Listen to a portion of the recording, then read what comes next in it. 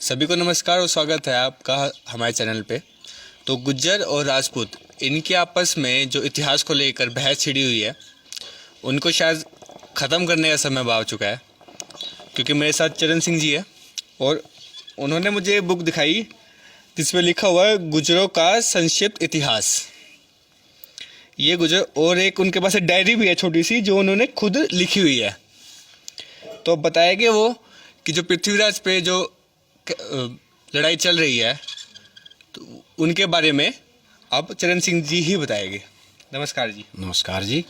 तो क्या कहना चाहते हैं आप, जो गुज्जर और राजपूत जो आपस में लड़ रहे हैं? पहली बात तो आप लोगों का बहुत बहुत धन्यवाद, आपने हमें समय दिया, मौका दिया। देखो भाई, हम जातिवादी लोग नहीं हैं और जातिवाद बहुत नुकसान करता है देश को, समाज को। लेकिन जो तथ्यपरक बात है, जो सच्चाई है, वो हमेशा सच्चाई सच्चाई रहेगी। उसको अगर पंडित नेहरू पंडित थे, प्रधानमंत्री रहे, इंदिरा गांधी ब्राह्मण थी, प्रधानमंत्री रही, अटल बिहारी चौधरी चरण सिंह जाट थे, तो बोलेंगे तो वो जाति से ही ना, तो उनको ऐसा तो नहीं कि उनकी जाति मिटा दी जाएगी। अब पृथ्वीराज चौहान साहब गुर्जर थे तो उनको बोला तो गुर्जर ही जाएगा, महापुरुष सबके लिए थे, लेकिन उनकी जाति गुर्जर थी। और वो तो बोलते हैं वो तो राजपूत थे। राजपूतों को भी अधिकार है ये बोलने का कि हमारे बाप वही हैं, पृथ्वीराज चौहान साहब, क्योंकि गुर्जर और राजपूत मूलतः एक ही हैं और एक ही बाप की संतान है, लेकिन माता अलग अलग हैं। ये कैसे, कुछ समझ नहीं आया। ये समझा दिया जाएगा। दरअसल हुआ क्या, एक वो हैं राजा मोहम्मद अनवर खान जंजुआ, पाकिस्तान में, लेखक तारीख राजपूत, उन राजपूतों का इतिहास लिखा वहाँ। तो हमारे ताया साहब है राणा लेसन चौहान साहब, उनने गुजरों का इतिहास लिखा। तो उन्होंने वो राजपूतों का इतिहास जब पढ़ा, जंजुआ साहब का लिखा हुआ, तो उन्हें बड़ी वो हुई भाई यार इनने गलत चीज़ कैसे लिख दी। तो उन्होंने एक चिट्ठी लिखी राजपूतों के नाम। उन्होंने कहा, सेवा में श्रीमान राजा साहब आदाब, उसके नाम।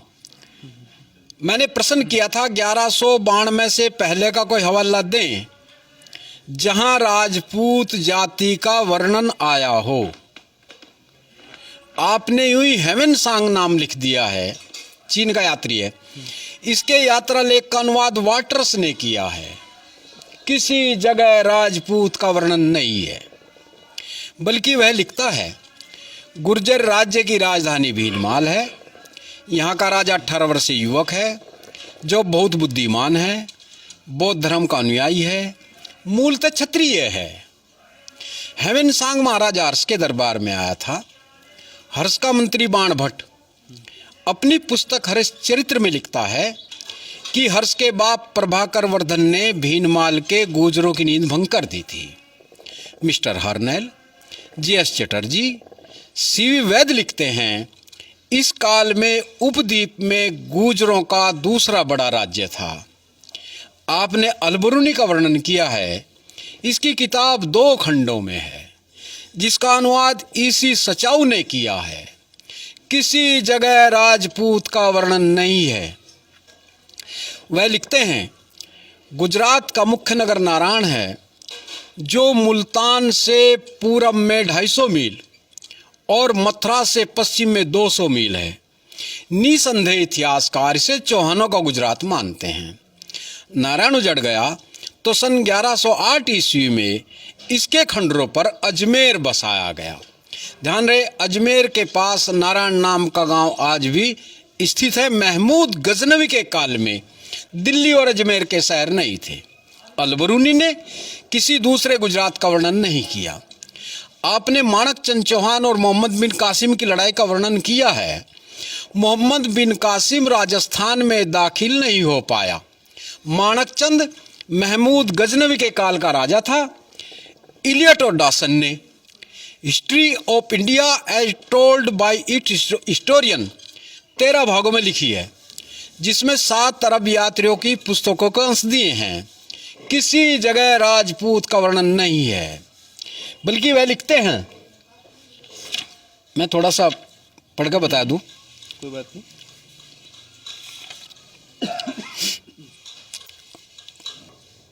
माणकचंद महमूद के काल का राजा था इलियटो, ये तो बोल दिया मैंने। अच्छा, कि कन्नौज के गुर्जरों का वर्णन है।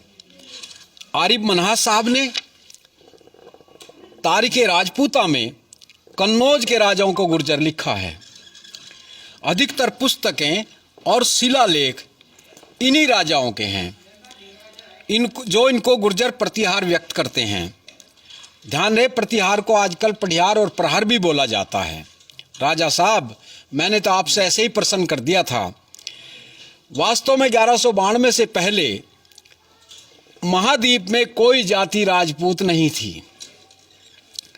उदयपुर चित्तौड़ के राणा साहब ने हरिश्चंद्र ओझा साहब को राजपूताना का इतिहास लिखने पर नियुक्त किया था। ये व्यक्ति बड़े विद्वान थे। इन्होंने 1926 ईस्वी में हिंदी भाषा में राजपूतों का इतिहास लिखा।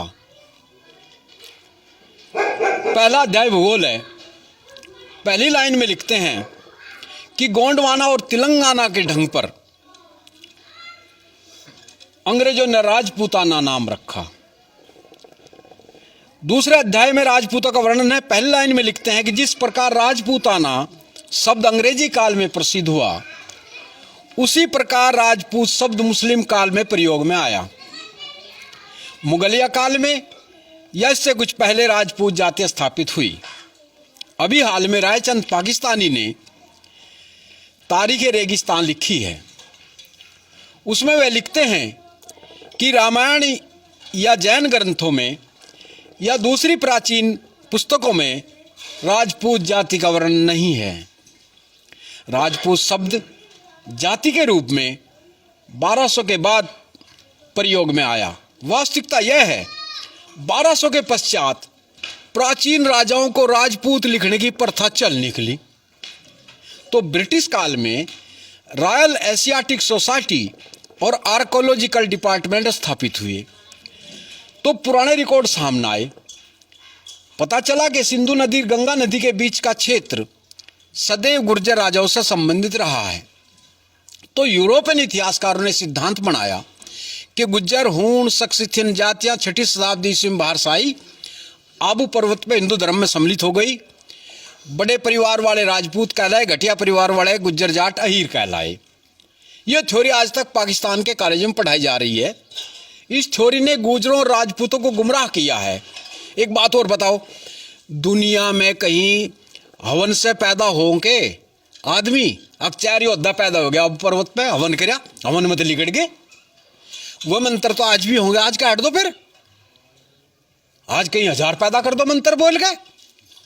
मतलब एक गोल है गड़ंग। बताया जाता है कि परशुराम ने बनाए थे शायद, है ना? जिसने भी देखो मंत्र तो होंगे ना, वो परशुराम नहीं थे उस काल में। परशुराम तो राम के काल में और कृष्ण के काल में रहे हैं। ये तो अब की बात है, ये ज्यादा लंबी बात नहीं है। तो उस काल में, इस काल में परशुराम नहीं थे। जिस काल की मैं बात कर रहा हूँ, पर्वत पे जो हवन यज्ञ हुआ, परशुराम नहीं थे उस टाइम पे। वो तो पहली बात है।